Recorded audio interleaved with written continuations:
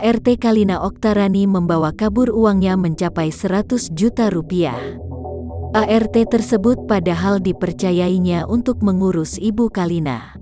Hal itu diketahui Tribun News melalui tayangan YouTube Kiai Haji Infotainment yang diunggah Sabtu, tanggal 13 November tahun 2021.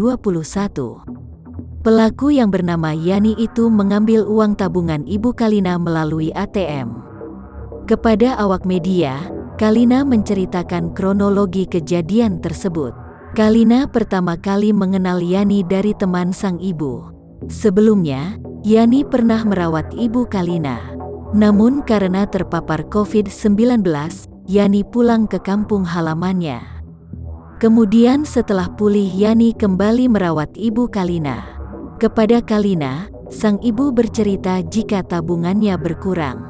Mulanya Ibu Kalina menyebut ia kehilangan uang 2 juta rupiah dari tabungannya.